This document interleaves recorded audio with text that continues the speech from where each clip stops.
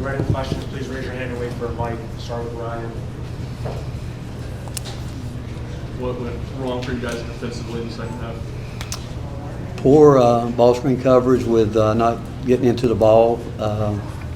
Then when we went to different coverages, even when we stayed in their sets and guarded their sets, at the end we didn't do a good job finishing out the possession by getting blown by, putting us in rotation, then allowing them to score. I thought Aberdeen was terrific in the second half. It didn't matter who was guarding him. He got it where he wanted to go. And then getting into rotation, it's always hard to guard, and it's always hard to rebound. Starting the game, we play our normal defense. They made some threes, and which you expect that. But just, again, ball screen coverage at the point of attack was just really poor. Grant and Ben. What went wrong on that final possession with the Jacoby turnover? What was supposed to happen there? Well, we were going to get it to Nate and give him a chance to rip it and drive it. But if that's not there, there's obviously another option to it. And second half, I mean, you give up. I mean, you guys saw the obvious. You can't throw the pick sixes, and especially late in the game, you can't turn the ball over at any point in time. But the last 4 minutes, it's double trouble when you do that. And then you foul on a and one. That's a big play that instead of being down two, you could be down one. But I mean, we gave them 49 points. Again, I'm not going to say we gave them up. They scored 49 points, so you got to give them credit. And I don't want to. I'm disappointed. Everybody's disappointed, but got to give Kentucky credit. Mark kept his guys in there. It really started in the first half. At the end of the first half, we built the lead and should have gone into halftime with a much, But with the group we got right now, I'm not sure they think the game's never over. A 17-point lead in today's world in the first half is nothing. If you got a group of guys that stick together and do what they need to do, but we didn't in the second half. I mean, we gave up 49 points, got out rebounded. It's just our inconsistency, and the way we ended the half is what happened down in Florida when they were able to. There's a breaking point in a lot of games at some point in time in the game, and you can just feel the way we closed the first half wasn't good. How do you get this team to understand that the game is never over? I think being brutally honest. I mean, we show it to them on tape. You can't sugarcoat it. I mean, you can't make. You guys have been around us. You see it, and you just can't turn the ball over in late game situations, and you can't take bad shots. You got to be connected there, and it's hard sometimes for players. There's no doubt they want to win. They want to win, but the other guys do too. And you have to be together at the end of the game. You have to be. And we can talk about it, but we're not in practice where we can stop it and talk about it. I mean, the lights are on. You like to think through our preparation, our work, that we know what to do, but still, guys get playing fast at a speed that, and sometimes just they're not aware of it. And it's part of these guys still learning how to play basketball and understand it. By now, we should know what goes into losing. I would tell you that, because other than the Florida game, I mean, I can make a case that we've just shot ourselves in the foot so many times. And other coaches would say the same thing. I think every coach in the country, when they lose a game, when they know the talent is like equal or something, hey, we didn't do this, we didn't do that, and I feel like that. If we do what we need to do, we could be a much better team right now, but we're not doing it, so we are who we are. Brent and Trevor. Coach, in your three conference losses, you've given up 49 points or more in those three games. How does this team finish more? Is that a mental fatigue? But how do you get a team to play what you were talking about with being 40 complete minutes? That's some of it's experience. Understand that you got to play for 40 minutes to start with. Like I said, a lead in the first half is sometimes fool's goal, whatever you want to call it. You got to play. I mean, every team we played, and I've said it for my entire career, that other team wants to win too, and they're well coached. And we know that you've all been in these type of situations before, but it gets back, you've got to play for 40 minutes. And the things that we did in the first half, the question is, why didn't we do it? I don't know why. I don't. I mean, you think about two guys in the first half had just 4 or 5 shots second half. And again, at the end of the game, they were just, we were guarding our sets. They were just putting their head down, driving the ball. and putting us in rotation. That allows them to get some offensive rebounds too, but we didn't guard the ball well enough. We didn't defend well enough to win the game. What is it about Nate that makes him more aggressive in the second half, and how do you get him to play for all 40 minutes? Well, he is. Nate's figuring it out more and more. My question is, why didn't he get the ball more when he needs it? You know, that's the question I would say. And Nate's doing fine. He's getting better. He's learning a lot. He's starting to get. You can tell he's getting more comfortable. Like I look at him today, he got 7 shots. But you look at our post guys. I mean, some of those that Kerry missed, I'd rather Nate shoot. I mean, he's going up against 3 or 4 guys, and we told him, you know, you got to kick it out some. You got to adjust. I mean, when teams early you bury them in there, they're not going to just keep doing that. You know, and first part of the game we were getting it there. Then you got to kick out and make them decide, are they going to stay in there? They're going to cover the 3-point line. But Nate needs more than 7 shots. He does, and that's again we'll get that, but it's. He's again. Nate's just getting so much better. Right? He really is. And what he had 17 today, made his free throws, but he needs more than 7 shots. And he's got to. Some of it he's going to have to go get it and make that happen. David, Gentry, John. Rick, kind of a bigger picture question. You know, you had a run with Zakai and Jemai and Santi and Josiah, where you had 4th year, 5th year, even going back to Fulkerson, 6-year guys. Is that, you knew this year was going to be different because you didn't have that. Has that adjustment maybe been a little tougher, not having that one guy that's been with you that when times get tough? No doubt. I mean, no doubt. Those guys win these games because they're not going to collapse on defense like that. And that's what it was, is a real collapse defensively. And those guys weren't nearly as talented as these guys are offensively. But they would, at the end of the game, I think your defense still wins and taking care of the ball. You do those two things and rebound the way we normally rebound, we've got a chance. I told these guys, you know, we won a lot of games here, teams that just competitive, tough, hard-nosed defensive teams, rebounding, but they're going to take it personal to get stops. And I mean, we're tonight. You don't ever want to use the word hiding guys, but you're really trying to hide some guys for some reasons, and you can't. It's hard to win with that. And then the way we ended the first half, then you always go back and second guess some things, but some of the plays we made with some of those guys there, and they're young, but to answer your question, we knew we'd go through some of this growing pain because some of these guys have never been at this level of competition and know what it's about. And that's a great question about, do you want to build your program with high school players and supplement them with the transfer portal, or do you want to go the other way? And we have chosen we're really excited about our freshman class. We really are. We think these guys are a lot like those teams we've had here in the past. But with that said, we expected guys that we got out of the portal to give us more here, and what we expected from them was consistency, and we haven't gotten that. And not just from them, and we need JP to be the player we know he can be.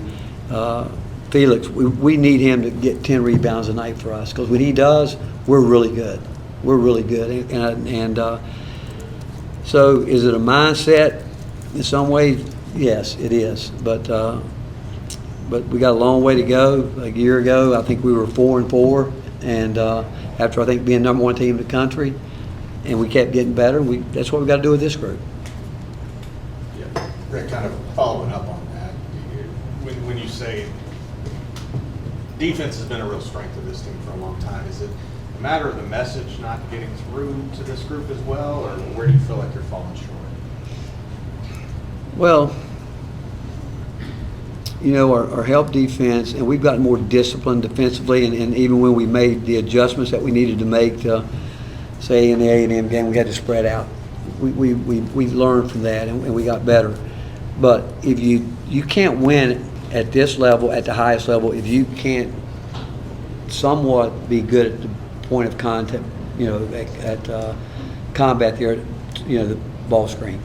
If that guard doesn't get into the ball, it puts so much pressure on that big guy. Then you got teams that can shoot. Do you gap it? Do you stay out?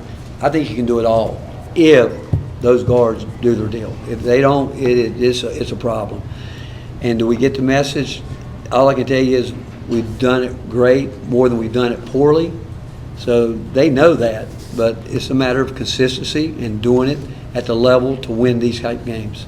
Day in and day. It's hard. Believe me, it's hard to get up there, and a guy like Gillespie who is going to get hit a bunch during the game, and then we expect him to do a lot on the offensive end. We want him to slow down on offense and not wear himself out there. And as much as he does, sometimes he gets going, and he needs to slow that part down, because on the defensive end, I know he's trying to do it, and if he's tired, that's my fault. And that we tried to get him out there. I thought it was a blessing in disguise in the first half that he got in foul trouble, and he had to sit as long as he has probably sat all year. But the young guys, yeah, you expect him to take a little bit longer, but we're talking most of the time tonight, it was older guys up there in that ball screen, the guys that played enough minutes to know that we need to get this done. Last questions are from people whose hands I've seen out. Don, Wynn, Ben, Ryan, Grant, that's it. Rick in the back. You've talked a lot about consistency with this team, but you've got a lot of players who have played a lot of basketball on this team, may just not be here. Why do you think that it has taken so long to find consistency from guys who have been playing this game for a long time? You know what? We should probably kick that to ESPN guys in the studio and let them answer it, because I don't know. Maybe they have the answer. They seem to have the answers with it. But you know what? I wish I knew, how to get that. And our guys work hard. They do. They work hard. But if there's more to it, the mental side of it's just as important. And understanding it, it's a high level competitive, but the things that we're not consistent with, they have to be there. That's just, hands, the details, and that, we're just not where we need to be for 40 minutes taking. And again, we've proven we can play with some of the best teams in the country. But you know what? Do I think we should be getting more out of our 4 frontline guys? Absolutely. But I don't know why we're not. I know we watch it. We go back with it to them, but when the lights come on, they've got to do it, and we just haven't been able to be consistent with the effort that we need from them, whether it's what we want to do, posting up, the angles, decision-making, all that. But that's why it's a long way to go, and our job is to keep working, and it's our job to get them better. And we're going to keep working until we do. Coach, you just touched on the front line right there, but can you talk about what led to the decision to start Jalen Carey, and then how do you feel like he played it in the front line in general? The reason we started was I didn't think Dwayne. Our 2 hardest working post players are Felix and Dwayne. Those guys, they had all summer. They didn't take 1 rep off. Jalen missed some time with some injuries. JP obviously coming back from an injury. Cade was here at the time, but playing through that. But those guys have logged more minutes by far than the other post guys. And the reason we chose not to start Dwayne was maybe to relieve a little bit of pressure and let him see it coming off the bench. Because, and then the hardest part is, I know starting is important to guys, even though I've never put a lot into it. And so when you do put somebody in the lineup, you're wanting to give it to somebody who has really earned it. In this situation, I don't even think anybody earned it, other than we were trying to help Dwayne with it. I could say today, well, maybe we should have thought about going the other way with maybe Nate at the 4 and a guard there. But I could talk about some of our guards too, the consistency part of it. But the reason that we didn't start was simply I thought it might help Dwayne to see, and it just so happened that we just decided as a staff we'd give Jalen a shot at it and go from there. With some of Jacoby's turnovers late in games this season, do you feel that's a byproduct of maybe you all lacking a ball handler you can trust consistently down the stretch? You talking about trusting him? No. The fact that other perimeter players are not providing a level of consistency. Well, I think they can, but he can't throw the ball away. I think we trust our guys. Now you go back to the Florida game. I think their whole game plan was to make, like as you're saying, somebody else make those decisions and play with it. We work with those guys trying to understand, if they've got the ball, things break down, we're not organized, let's get organized. Let's just get organized and be efficient. There's guys that can do that, but our turnovers, one in front of and you can't just flip the ball out, you can't throw the ball away. And again, part of our scout report was their best defense is running through passing lanes, the one that Bishop threw. That was the second thing on the board. Their best defense is them running through passing lanes. So we talked about, we even went back and looked at all our turnovers and said, what can we do to help them? And I can only tell you what I told them. We can't, because the passes you're throwing, we can't pull those passes back. We can't. It's the decision when you're trying to, like, I can think of one night when JP had the ball there and he tried to feed the post. I mean, you just can't make those passes. And the pick sixes, you can't make them, especially when it's a part of the scout report. With the way the first half ended today and last week at Florida with a couple guys with 2 foul trouble, do you rethink sitting some of these guys with 2 fouls depending on who they are and what they're doing? Well, if it continues like this, probably, but Jacoby, if he's tired, again, I thought looking back, again, we thought maybe we're playing him too many minutes, because his numbers are down from a year ago. And, but you think about it, he did a pretty good. Now, defensive day, he struggled in the second half. That's fatigue. Maybe it is. Maybe this week will be good for him because he's logged a lot of minutes. And you take away what I think he had, 3 turnovers in the last 4 minutes. Otherwise, you look at his 4 game. I mean, that's a darn good game. But those 3 at the end are brutal. And maybe it's fatigue. If it is, that's my fault. But all that, again, we got to fix it. I mean, our turnovers, we ended up with how many? 12. That's a lot better than 20 and 19. But still, those 3 at the end were critical. Last one. Those pick sixes are all critical because you can't defend that. To build this team this way to be a good rebounding team and be good inside, how do you kind of come to terms with giving a 13 offensive rebound in the second half? Effort or lack of, and doing your job.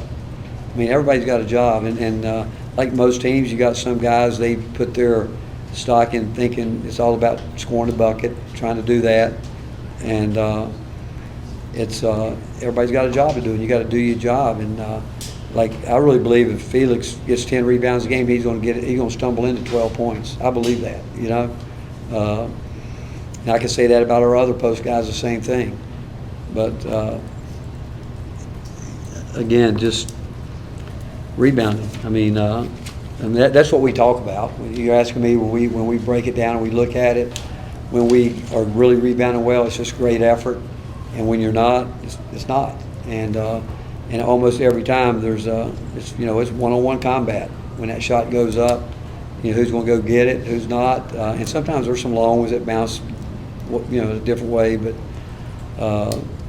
We gave up 49 points in the second half. I'm not going to say we gave it up. They went and got it, and give them credit. But we're disappointed because, again, you said it. We were built that we're going to rebound, and so if you ask me point blank, I know when I look at the tape, I don't have to look at the tape either. And I hate to feel like I'm throwing guys under the bus, and I'm not throwing any one particular guy on the bus. But when you get out rebounded, it is lack of effort, plain and simple. And I would say that any team I've ever coached, not just this team. Thanks, Coach. All right.